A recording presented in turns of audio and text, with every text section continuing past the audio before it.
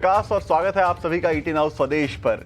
और आप देख रहे हैं इस वक्त मार्केट पर हमारी खास पेशकश कल की तैयारी। जो दर्शक हमारे साथ अभी जुड़े हैं उनकी जानकारी के लिए बता दूं कि इस शो में हम देते हैं आज के बाजार की पूरी जानकारी, साथ ही हम करवाते हैं कल के बाजार की पूरी तैयारी। शेयर बाजार के एक्सपर्ट्स भी हमारे साथ होते हैं और साथ होते हैं आप यानी हमारे दर्शक, जिन्हें हम तमाम चीज़ों के तमाम माध्यमों के जरिए जोड़ते हैं, उनके सवाल लेते हैं और एक्सपर्ट से पूछते हैं कि उनके सवालों पर उनका क्या नज़रिया है और वो सलाह आप तक पहुंचाते हैं। तो चलिए सबसे पहले आपको ये बता देते हैं कि आप हमसे जुड़ कैसे सकते हैं, इस शो में शामिल कैसे हो सकते हैं। तो आपके शामिल होने के लिए आप हमें यूट्यूब के लाइव स्ट्रीम पर अपने सवाल भेज सकते हैं कमेंट बॉक्स में, और जो भी आप सवाल भेजेंगे वो सारे सवाल हम इस शो के दौरान शामिल करेंगे। हमारे मेहमान से पूछेंगे कि इस पर्टिकुलर स्टॉक्स पर या फिर पर्टिकुलर सेक्टर पर या फिर कोई भी चीज़ आप जो पूछ रहे हैं फाइनेंशियल मार्केट से रिलेटेड, उस पर उनका क्या नज़रिया है। तो आप फटाफट अपने सवाल भेजिए। जैसे आप सवाल भेजते जाएंगे वो सारे सवाल जो है हम शो में शामिल करते जाएंगे। फिलहाल हम एक काम करते हैं, मार्केट का एक छोटा सा अपडेट लेते हैं और फिर मार्केट पर हम नज़रिया ले लेंगे हमारे एक्सपर्ट का। तो आज आप देखिए निफ्टी जो है वो बहुत बेहद सीमित दायरे में कारोबार चलता रहा और फाइनली गिरावट के साथ बंद हुआ। आधे % की कमजोरी के साथ निफ्टी बंद हुआ, करीब करीब 140 अंकों की गिरावट के साथ, और सेंसेक्स जो है वो आधे % यानी 500 अंकों की गिरावट के साथ बंद हुआ। ओवरऑल अगर आप देखेंगे तो निफ्टी बैंक में भी करीब करीब 175 अंकों की गिरावट आज देखने को मिली। सेक्टोरल अगर आप देखेंगे कि कौन से सेक्टर में क्या रहा, तो आज अगर एक सेक्टर छोड़ दें निफ्टी पीएसयू बैंक, तो बाकी तमाम सेक्टर्स और थोड़े बहुत चुनिंदा फार्मा, उसके अलावा अगर बाकी तमाम सेक्टर्स पर आप नज़र रखेंगे तो सारे सेक्टर्स में गिरावट आज आपको देखने को मिलेगी।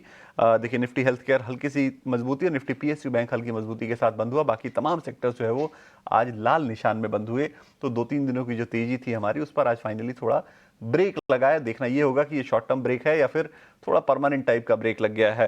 तो एक काम करते हैं, एक बार हमारे मेहमानों को शामिल करते हैं। हमारे साथ इस शो में रेलिगेयर ब्रोकिंग के अजीत मिश्रा जी हैं। अजीत जी गुड आफ्टरनून, बहुत स्वागत है ईटी नाउ स्वदेश पर आपका। और मेरा पहला सवाल यही है कि ये जो ब्रेक लगा है वो नॉर्मल सा एक ट्रैफिक में लगने वाला ब्रेक है या फिर हैंड ब्रेक लगा दिया है थोड़ा? शुक्रिया विकास। विकास देखिए, मेरे हिसाब से एक हेल्दी पॉज कंसोलिडेशन ये होना जरूरी है, कंसिडरिंग कि जिस तरीके का रोलर कोस्टर राइड मार्केट ने एक्सपीरियंस किया है पिछले करीब 3-4 दिनों में। तो उसके बाद अगर हम रुकते हैं, संभलते हैं और जो मेन एवरेजेस हैं अगर उनके ऊपर होल्ड करते हैं तो डेफिनेटली ये पॉजिटिव होगा। और वो जोन क्या है, वो आपका 25,400-500 का जो जोन है, जहां पे कि आपकी short to medium term averages placed हैं इस जोन में। तो जब तक इन लेवल को आप होल्ड करें तब तक मेरे हिसाब से एक हेल्दी कंसोलिडेशन एंटिसिपेटेड है रिसेंट एक वॉलेटाइल स्विंग के बाद। बट बायस पॉजिटिव साइड पे रहेगा जब तक कि आप 25,400 को ब्रेक नहीं करते हैं। ऊपर पे 26,000 मेरे हिसाब से ये क्रिटिकल रेजिस्टेंस होने वाला है इस एक्सपायरी के लिए, और जब हम उसको क्रॉस कर देंगे तो ऑब्वियसली फिर हम रिकॉर्ड हाई की तरफ बढ़ेंगे। तो अभी तक टोन पॉजिटिव है, अभी आपको बाय ऑन डिप्स मेंटेन करके रखना है जब तक कि आप 25,400 को होल्ड कर रहे हैं। बाय ऑन डिप्स आपको मेंटेन करना है जब तक कि आप 25,400 को होल्ड कर रहे हैं। एक राय अजीत जी मैं आपसे आईटी सेक्टर पर चाहता हूं, क्योंकि आज भी गिरावट कंटिन्यू रही। जो यूएसए टेंशन है कि वहां पे एंथ्रोपिक ने एक एआई प्लगइन टूल लॉन्च किया, उसकी वजह से लगातार वहां के आईटी शेयर्स में जो है वो सेल ऑफ देखने को मिल रहा है, और उसका असर अपने इंडिया के भी आईटी शेयर्स पे देखने को मिला है, क्योंकि सर्विसेज ऑफ कोर्स हम एक्सपोर्ट करते हैं तो उसका असर तो होगा ही। लेकिन क्या ये गिरावट परेशान करने वाली है या मौके खोजने वाली है? देखिए, आईटी में वैसे भी अंडर परफॉर्मेंस काफी टाइम चल रही थी। मींस हमने देखा है कि जितनी बार भी रिबाउंड आता है आईटी इंडेक्स की मैं अगर बात करूं तो 38,000 से लेकर 40,000 निफ्टी आईटी इसी बैंड के पास आते आते तक एग्जॉस्ट हो जाता है। तो ये कहीं ना कहीं यही इंडिकेट कर रहा है कि अभी कोई जल्दी डायरेक्शनल मूव देखने को नहीं मिलेगा। तो अगर आप शॉर्ट टर्म का नजरिया रखते हैं, ट्रेडर हैं, मेरे हिसाब से आपको आईटी अवॉइड करना चाहिए जब तक कि आप 40,000 के ऊपर निफ्टी आईटी को ब्रेक करते हुए नहीं देखते, क्योंकि अदरवाइज आपको अंडर परफॉर्मेंस ही हाथ में लगने वाली है। At the same time investors के लिए बेसिकली उनके लिए भी मैं कहूंगा कि जिस तरीके से देख रहे हैं कि दूसरे सेक्टर्स काफी अच्छा परफॉर्म कर रहे हैं, डिप्स में अगर आपको वहां पे बाइंग अपॉर्चुनिटी मिली है, जैसे कि आपकी बैंकिंग हो गया, ऑटो हो गया, एंसिलरी स्पेस हो गया, वहां पे आप फोकस करेंगे तो ज्यादा अच्छे बेटर रिटर्न रहेंगे। तो फॉर शॉर्टर और लॉन्गर टर्म मेरे हिसाब से जब तक आईटी में थोड़ा सा क्लैरिटी नहीं आता है तब तक अवॉइड करना ही बेटर है। बिल्कुल। तो आईटी आपको फिलहाल अवॉइड करना है, थोड़ा रुक जाइए, देखते हैं गिरावट कंटिन्यू अगर होती है कितने तक जाती है, उसके बाद फिर पूछ लेंगे। अजीत जी तो हमारे साथ अक्सर जुड़ते हैं, उनसे पूछेंगे फिर से कि क्या करना है आईटी में।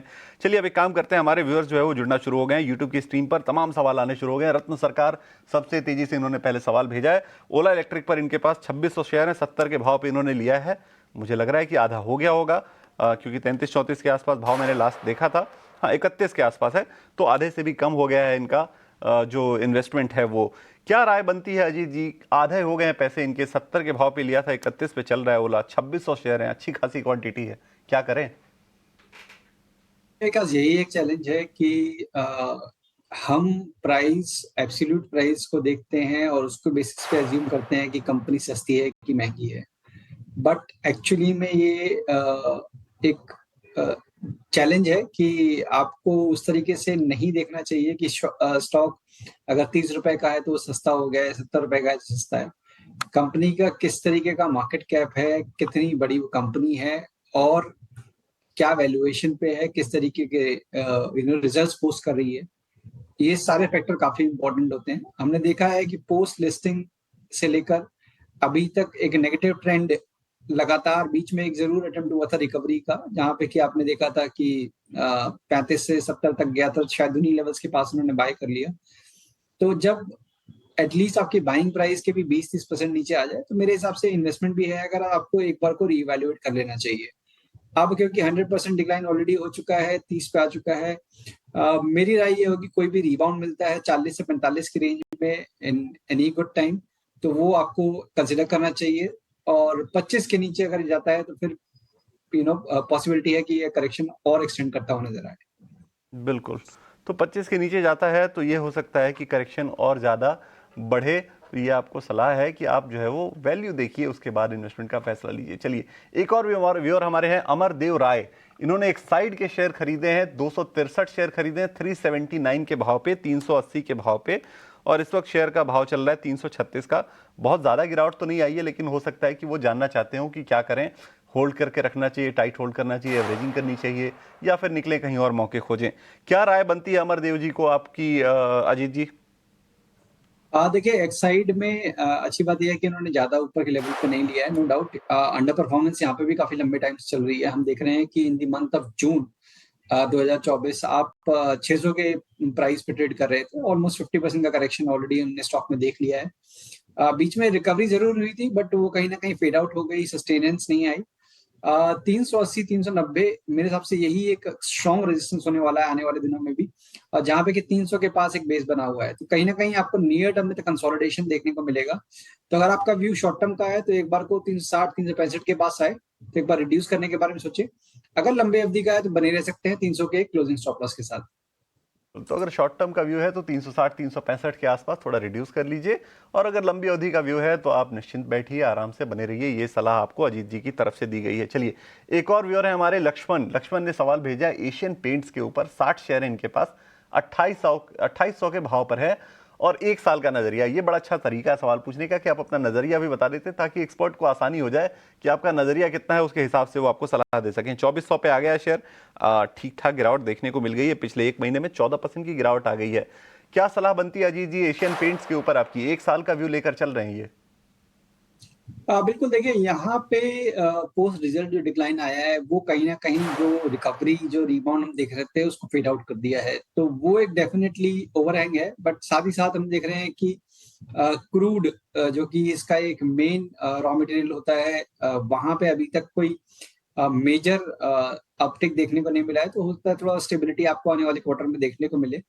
बट साथ ही साथ इनके साथ और भी चैलेंजेस हैं कि नए एंट्रेंट्स की वजह से जो आप लूज कर रहे हैं अपने मार्केट शेयर को, वो एक फैक्टर रहेगा। तो जो आउट परफॉर्मेंस, जो एक स्टडी ट्रेंड हम देखते थे एशियन पेंट में पहले, वो शायद कहीं ना कहीं पेड आउट हो गया है। तो अगर आपका लंबी अवधि का नजरिया है तो मेरे हिसाब से एक बार को आपको रीबाउंड पे एग्जिट के बारे में सोचना चाहिए, और पेंट सेक्टर से निकल के आप दूसरे साइड पे, चाहे सीमेंट, अगर आप इंफ्रा में ही रहना चाहते हैं तो वहां पे आप देख लीजिए, या फिर आप ऑटो इंसुलरी स्पेस में भी देख सकते हैं जेके टायर्स और अपोलो टायर्स को। बिल्कुल, तो आपको सब्स्टिट्यूट दिखाए गए हैं कि आप वहां पे इन्वेस्ट कर सकते हैं।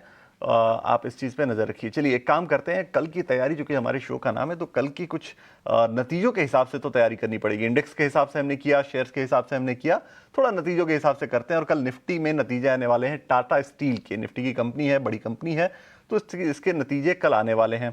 थोड़ा अनुमान समझ लेते हैं कि कैसे अनुमान है, क्या एक्सपेक्टेशन स्ट्रीट्स को है, क्या नंबर्स आ सकते हैं। पहले वो अनुमान समझते हैं, फिर एक राय लेंगे अजीत जी से कि करना क्या है आपको इस पर्टिकुलर शेयर में। तो पहले अशेषा जुड़ गई हमारे साथ। अशेषा, बताइए क्या अनुमान है टाटा स्टील को लेकर। बिल्कुल, टाटा स्टील के ऑपरेशनल अपडेट्स की बात करें तो इंडिया वॉल्यूम ग्रोथ काफ़ी अच्छा रहा था। 14% का ग्रोथ रिपोर्ट किया था कंपनी ने सालाना आधार पर, और इसी के चलते टाटा स्टील के नतीजे भी काफ़ी अच्छे रह सकते हैं। हालांकि रियलाइजेशंस की बात करें तो स्टील प्राइसेस घटे हैं सीक्वेंशियल बेसिस पर, जिसके चलते थोड़ा सा इम्पैक्ट लोअर रियलाइजेशंस का कंपनी के नतीजों पर नज़र आ सकता है। रेवेन्यू ग्रोथ की बात करें तो सीक्वेंशियल बेसिस पर फ्लैट रेवेन्यू ग्रोथ रहेगा, लेकिन करीब 13 से 14% का ग्रोथ सालाना आधार पर रेवेन्यू फ्रंट पर कंपनी रिपोर्ट कर सकती है, और मार्जिन्स 13.9% के आसपास एक्सपेक्टेड है। इंडिया ऑपरेशंस की बात करें तो स्टील प्राइसेस घटे, जिसके चलते रियलाइजेशंस 3% तक और एबिटा पर टन 9 से 10% तक गिरता हुआ नजर आ सकता है। यूरोपियन ऑपरेशंस में भी इस तिमाही में लॉस एक्सपेक्टेड है। करीब $8 से $10 पर टन का प्रॉफिट कंपनी ने पिछली तिमाही में रिपोर्ट किया था, लेकिन इस तिमाही में यूरोपियन ऑपरेशन लॉस रिपोर्ट करता हुआ नजर आ सकता है। मैनेजमेंट की कमेंट्री क्या निकल कर आती है यूरोपियन ऑपरेशंस और स्पेशली ग्रीन स्टील ट्रांजिशनिंग को लेकर, उस पर सबकी नजर रहेगी। स्टील प्राइस ट्रेंड, इसी के अलावा वॉल्यूम ग्रोथ किस तरह का रहेगा 2026 में, उस पर भी सबकी नजर रहेगी। लेकिन all in all volume growth काफी स्ट्रॉन्ग था, जिसके चलते नतीजों को थोड़ा सा सपोर्ट मिल सकता है। हालांकि रियलाइजेशंस कमजोर थे और यूरोपियन ऑपरेशंस भी इस तिमाही में लॉस रिपोर्ट कर सकते हैं। बिल्कुल, तो ये है अनुमान। एक काम करते हैं, एक राय लेते हैं। अजीत जी, क्या राय आपकी टाटा स्टील पर बनती है? कल नतीजे आने वाले हैं, उसके पहले कोई ट्रेड बनता है क्या? देखिए विकास, यहाँ पे जैसे कि मेटल एज अ पैक काफी स्ट्रॉन्ग आउट परफॉर्मेंस देखने को मिली है इन द रीसेंट मंथ, और टाटा स्टील में भी काफी अच्छा रुझान देखने को मिला है। स्टॉक अपने रिकॉर्ड हाइस के काफी नजदीक है। क्योंकि मूव ऑलरेडी अच्छा आ चुका है, तो कहीं ना कहीं थोड़ा सा देखिए रिजल्ट डिस्काउंटेड है कि पॉजिटिव साइड पे अगर रिजल्ट आएंगे भी तो शायद वो आपको स्टॉक को बहुत स्ट्रांगली पॉजिटिव पुश ना दे पाए। और कहीं ना कहीं 205 से लेकर 10 का जोन है, यहाँ मुझे लगता है कि एक बार शायद जाके ये आपको स्टॉक रुकता हुआ नजर आएगा। शायद हाल फिलहाल में भी हमने देखा था उन्हीं लेवल्स के पास आके थोड़ी सी प्रॉफिट टेकिंग आई थी। तो अगर आपका शॉर्ट टर्म का नजरिया है, रिजल्ट के लिए आपने बाय कर रखा है, 189 का एक स्टॉप लॉस मेंटेन करिए, और 210 के पास अगर आपको प्रॉफिट बुक करने की अपॉर्चुनिटी मिलती है तो एक बार कर लेना चाहिए। फ्रेश बाइंग की सलाह भी यहाँ करंट लेवल्स में नहीं होगी। तो फ्रेश बाइंग की सलाह नहीं है। 210 के आसपास मिले तो आपको जो है वो अपनी प्रॉफिट बुक करनी है, ये सलाह अजीत जी की तरफ से। अब देखिए, आपके स्टॉक्स के हिसाब से तैयारी हो चुकी है, आपके नतीजों के हिसाब से तैयारी हो चुकी है, इंडेक्स के हिसाब से हो चुकी है। अब बच गया है क्या? बच गया है वो वीआईपी शेयर, जिसका आप इंतजार करते हैं पूरे शो के दौरान, जो शो के एंड में आता है। तो चलिए ले आते हैं आपके लिए वीआईपी शेयर।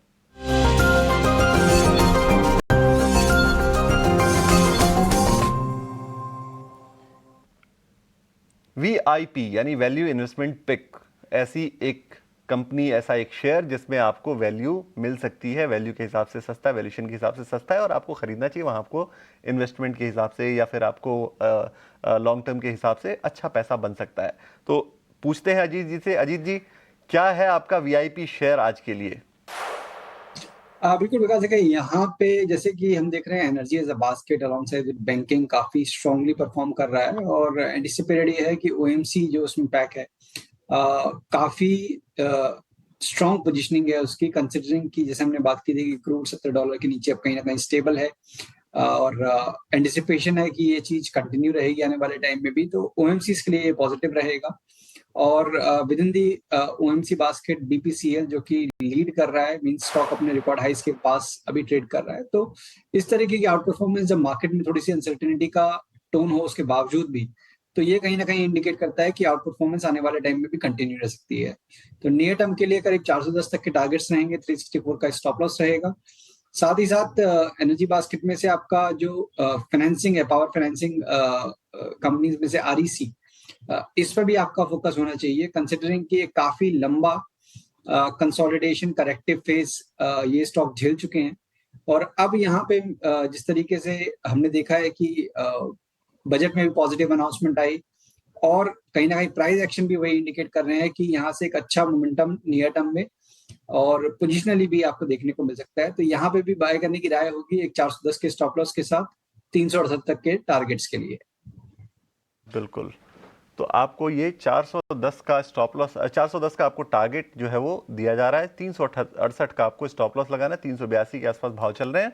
ये आपको नियर टर्म के हिसाब से भी और पोजिशनल के हिसाब से भी ये पिक आपको दी है अजीत जी ने। अजीत जी, बहुत शुक्रिया आज आपका ईटी नाउ स्वदेश पर जुड़ने के लिए और हमारे व्यूअर्स को गाइड करने के लिए तमाम उनकी ट्रेडिंग आइडियाज पर और उनके लिए कल की स्ट्रैटेजी बनाने के लिए। Thank you. चलिए आगे बढ़ते हैं। यूनियन बजट पर चर्चाओं का दौर चल रहा है। ईटी नाउ भी अब सीधे ग्राउंड से लोगों की राय ले रहा है। चैनल 6 फरवरी को मुंबई में इंडिया इन्वेस्टमेंट समिट की मेजबानी कर रहा है। एक्सपर्ट्स, पॉलिसी मेकर्स, निवेशक, एमएसएमई और इनोवेटर्स 2026 के यूनियन बजट के असर का एनालिसिस करेंगे और आने वाले साल की दिशा निर्धारित करने में मदद करेंगे। इस समिट के एजेंडे के केंद्र में देश का बीएफएसआई सेक्टर रहेगा, जो एक निर्णायक मोड़ पर खड़ा है। अगले कुछ हफ्तों में नया कारोबारी साल भी शुरू होने वाला है। ऐसे में इस चर्चा में बजट की बड़ी घोषणाओं के साथ टैरिफ और रुपए के वैल्यूएशन को भी शामिल किया गया है। तो बजट की इस चर्चा में जरूर शामिल होइए। ET now India investment summit शुक्रवार 6 फरवरी।